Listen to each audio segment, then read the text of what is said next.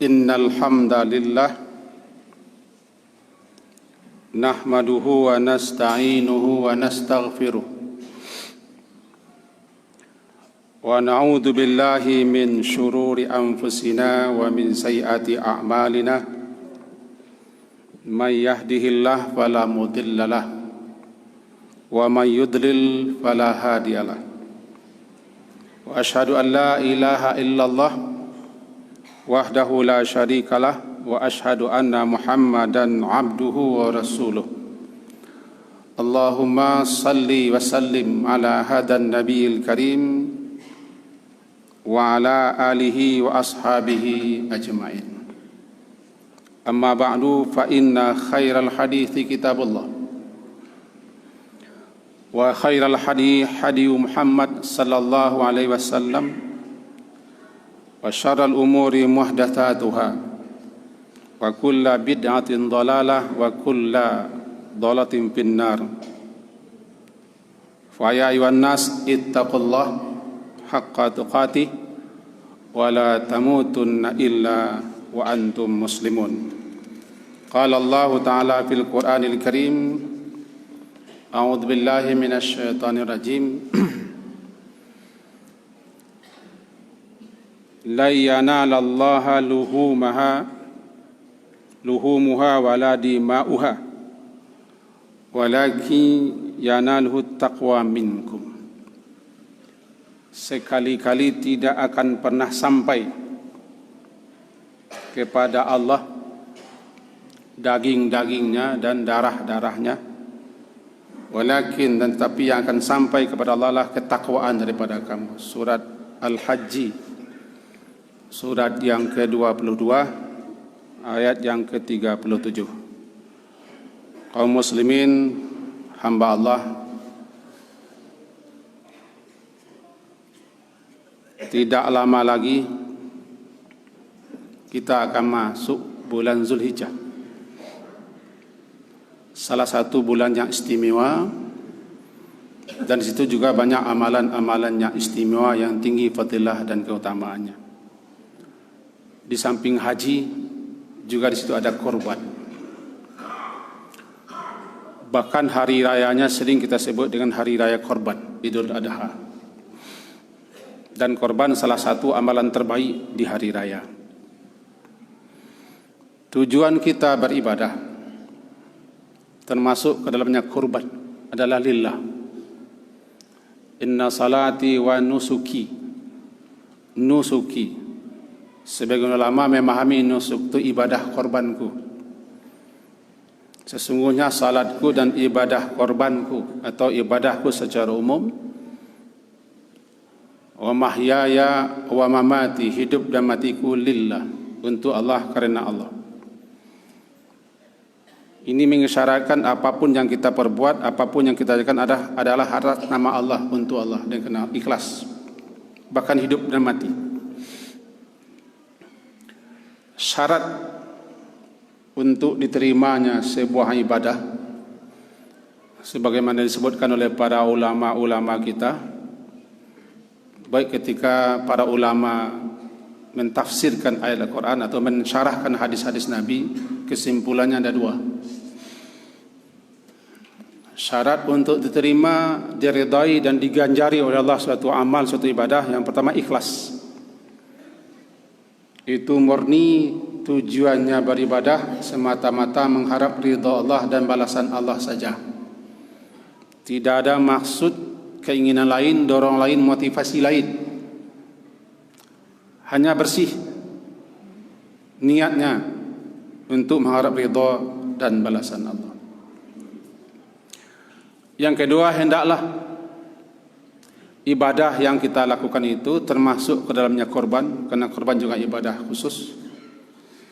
Kita lakukan, kita laksanakan sesuai dengan tuntunan Rasulullah sallallahu alaihi wasallam, sebagaimana yang telah dijelaskan, diuraikan oleh para ulama-ulama kita. Karena kita tidak akan bisa dan tidak akan memahami tuntunan Rasulullah tanpa kita mempelajarinya atau mendengarkannya atau menanyakannya daripada ulama-ulama. Karena kita tidak pernah jumpa dengan Rasulullah sallallahu alaihi wasallam. ketika akan menyembelih hewan korban, si penyembelih disuruh untuk membaca bismillah, wallahu akbar, Allahumma hadza minka wa ilaika fataqabbal min fulanin atau fulana. Bismillah wallahu akbar, dengan menyebut nama Allah, Allah Maha Besar. Allahumma hadza minka, ya Allah ini korban berasal daripada rezeki, nikmat karunia yang Engkau berikan kepada kami, wa ilaika, dan kami serahkan lagi kepadamu dengan cara berkorban, memberikan apa yang Engkau berikan kepada kami sedikit, itu disebut dengan korban. Fataqabbal, maka terimalah. Si peserta korban sendiri, kalau dia tidak ikut menyembelih, dia juga disuruh berdoa, taqabbal, Allahumma taqabbal minna, ya Allah terimalah daripada kami. Untuk diterimanya ibadah yang tadi, ikhlas, dan tata cara pelaksanaan ibadah itu harus benar, sesuai dengan tuntunan dan petunjuk Rasulullah. Nah, dalam hal ini, sebagaimana riwayat sebuah hadis yang dari Imam Bukhari tercatat sebagai hadis nomor 1592, 1592, disebutkan bahwa Ali bin Abi Talib radhiyallahu anhu katanya, amarani Rasulullah sallallahu alaihi wasallam an aquma ala budnihi wa an atasaddaqa bilahmiha wa juludiha wa ajillatiha wa alla u'tiyal jazzara minha, qal nahnu ni'tihi min 'indina. Kita terjemahkan kira-kira begini terjemahnya. Amarani Rasulullah, aku diperintah, disuruh oleh Rasulullah sallallahu alaihi wasallam an aquma, untuk mengurusi, melaksanakan hewan korbannya, di mana ketika itu Rasulullah SAW berkorban sebanyak 100 ekor unta. Beliau menyembelihnya 63, selebihnya diserahkan kepada Ali bin Abi Talib. Begitu dalam riwayat hadis Bukhari. Lalu aku diperintah oleh Rasulullah yang menyerahkan penyelenggaraannya kepadaku.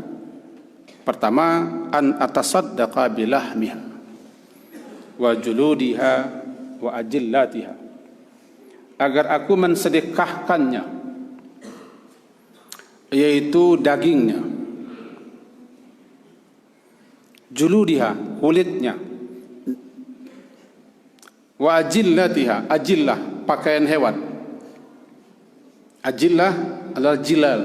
Jilal adalah pakaian yang diselimutkan ke atas onta. Tiba di kuda mirip pelana, tiba di onta tidak pelana, pakaian. Namanya jilal, jamaknya jillah. Jangankan daging dan kulit, sedangkan pakaian onta sendiri harus disedekahkan, karena itu sunnah korban. Wa alla u'tiyal jazzar, dan aku juga diperintah agar jangan memberi tukang sembelih. Az-zajjar, tukang sembelih, tukang potong atau jagal, minha, sesuatu daripada binatang atau hewan korban itu, apapun yang ada di binatang korban, jangan itu jadikan atau berikan kepada tukang sembelih. Qal, dia berkata, nahnu nu'tihi min 'indina, kami memberi kepada tukang sembelih min 'indina, daripada harta kami. Kita lihat syarahannya. Apa syarahannya, penjelasan ulama? Maksud nahnu nu'tihi min 'indina yaitu nu'tihi ujrata amalihi min ghairil hadi, kami memberikan kepada tukang sembelih. Tentu juga termasuk ke dalamnya penyelenggara, panitia pekerja. Ujrah,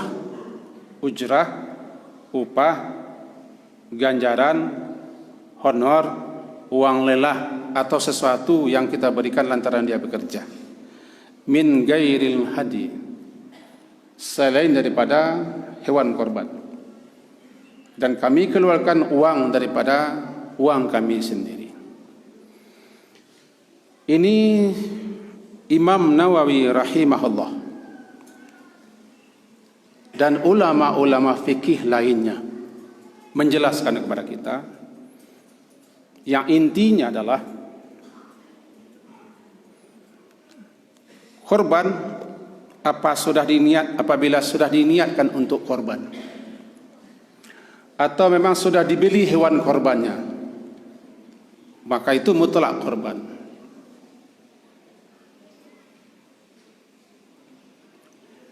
Tidak boleh lagi diambil apapun yang ada di hewan korban itu untuk kepentingan lain. Talinya kah? Pelananya atau jilalnya kah? Kepalanya kah? Kakinya kah? Ekornya kah? Lidahnya kah? Kulitnya kah? Tidak boleh lagi diambil oleh peserta korban. Nah, peserta korban itu kalau dia tidak mampu menyelenggarakan sendiri, dia boleh serahkan. Sebagaimana Nabi, beliau juga menyerahkan pelaksanaannya kepada Ali bin Abi Thalib. Kepada Ali bin Abi Thalib, Nabi tegaskan, sedekahkan. Apanya? Dagingnya. Apalagi kulitnya. Bahkan bajunya, pakaiannya, sesuatu yang diletakkan di atas punggung onta, juga sedekahkan, bagi-bagi. Tidak boleh berikan itu kepada zajar, penyembelih atau pekerja, penyelenggara atau panitia sesuatu daripada korban itu korban. Kalau diambil sesuatu, korbannya tidak utuh. Kaki diberikan kepada anak gembala, maka kaki adalah sebagai ujrah, upah namanya, terjadi jual beli. Kepala dikasih kepada tukang sembelih, upah namanya, berarti korban tidak berkepala. Begitu seterusnya. Namanya korban. Semua kita mestinya di hari itu berkorban. Lalu lantaran pekerja, penyembelih, penyelenggara, karena dia sudah habis-habisan, pekerjaannya ditinggalkannya, misalnya waktunya sudah habis, sangat wajar sekali peserta yang diwakili oleh pengurus atau panitia untuk memberikan tanda lelahnya, namanya ujrah. Tapi jangan ambil daripada hewan korban. Termasuk pekerja yang membawa daging pulang atau dikasih kupon, berarti panitia atau pengurus yang menjadi wakil peserta, dia tidak melaksanakan amanah sebaik-baiknya, dan berarti korbannya tidak utuh. Kalau pekerja membawa daging pulang karena dia bekerja, atau kita kasih kupon lantaran dia bekerja, korbannya tidak utuh. Korbannya tidak berdaging separuh. Separuh dagingnya sudah jadi korban, sudah jadi upah. Lalu bagaimana caranya? Silakan kita berpikir. Yang penting jangan ambil syai'an, sesuatu pun jangan. Ya, saya baca syarahan hadis ini. Syai'an itu maknanya sesuatu sedikit pun juga jangan ambil. Sebagai yang akan diberikan kepada orang yang mengurusi, orang yang mengerjakan, menyelenggarakan. Itu namanya upah. Kata Imam Nawawi juga termasuk jual beli namanya itu. Take and give itu kan jual beli namanya.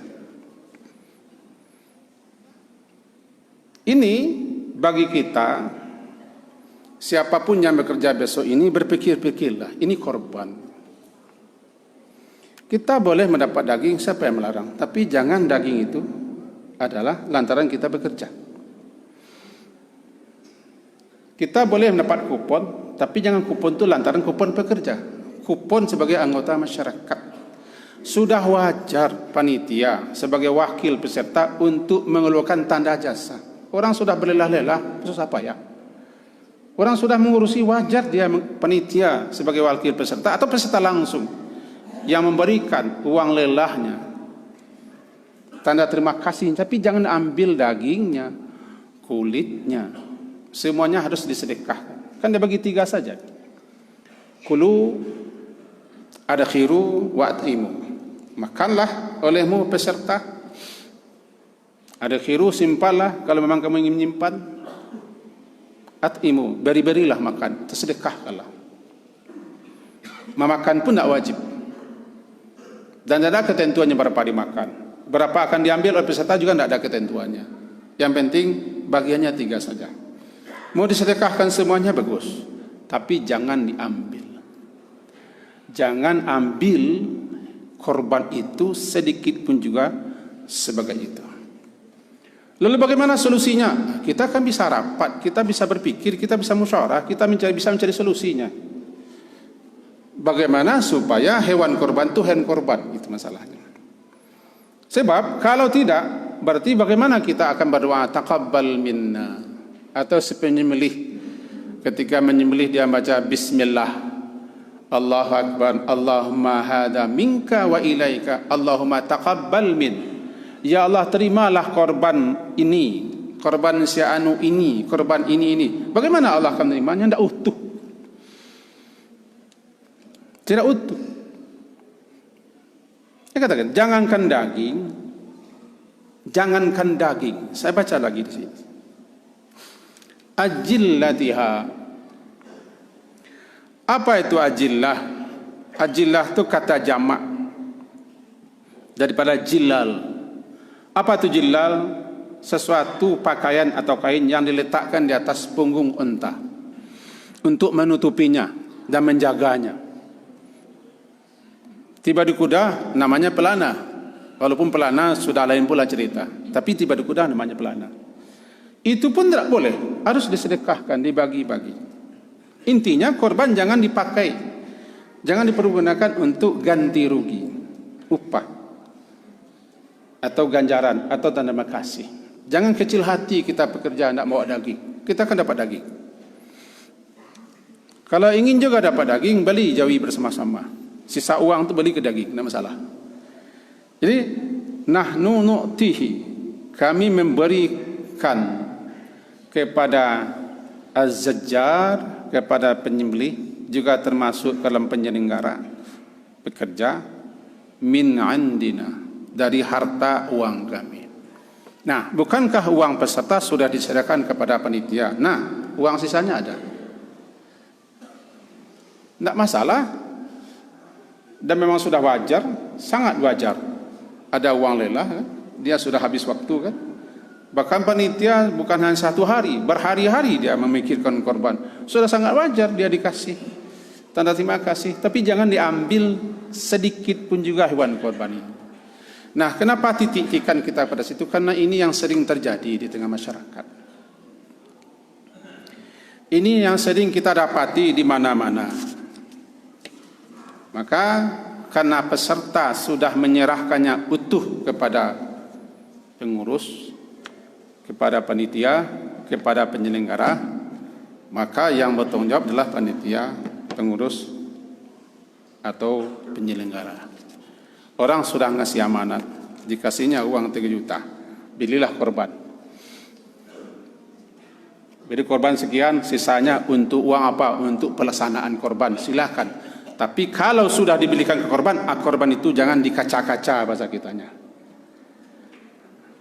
Uangnya kacalah, pakailah, pergunakanlah, tapi yang korbannya itu semenjak tanduk sampai ekornya, sampai kakinya, sampai kulit, sampai pakaiannya jangan diganggu-gugat. Itu korban namanya. Nama korban. Nah, semoga apa yang kita sampaikan ini adalah faedah dan manfaatnya untuk saya dan kita semua. Dan mudah-mudahan korban besok ini bisa kita laksanakan sebaik-baiknya, diterima oleh Allah. Amin.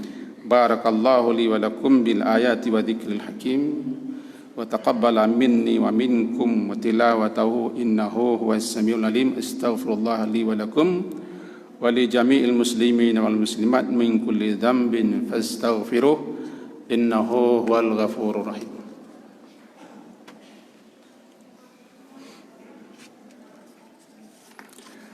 Alhamdulillahi Rabbil Alamin. Wabihi nasta'in ala umuri dunya waddin. Asyhadu an la ilaha illallah wa asyhadu anna Muhammadan abduhu wa rasuluh. Allahumma salli ala Muhammad wa ala ali Muhammad. A'udzu billahi minasyaitonir rajim. Bismillahirrahmanirrahim. Inna a'tayna kal kautsar. Fassalli li rabbika wanhar inna syani'aka huwal abtar. Korban adalah salah satu wujud syukur kita atas rezeki yang telah Allah berikan kepada kita.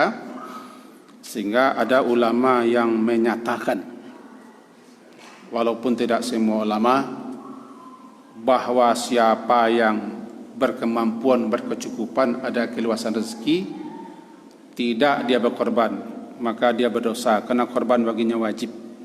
Meskipun ini pendapat sebagian kecil ulama, paling tidak ada ulama berpendapat korban itu wajib.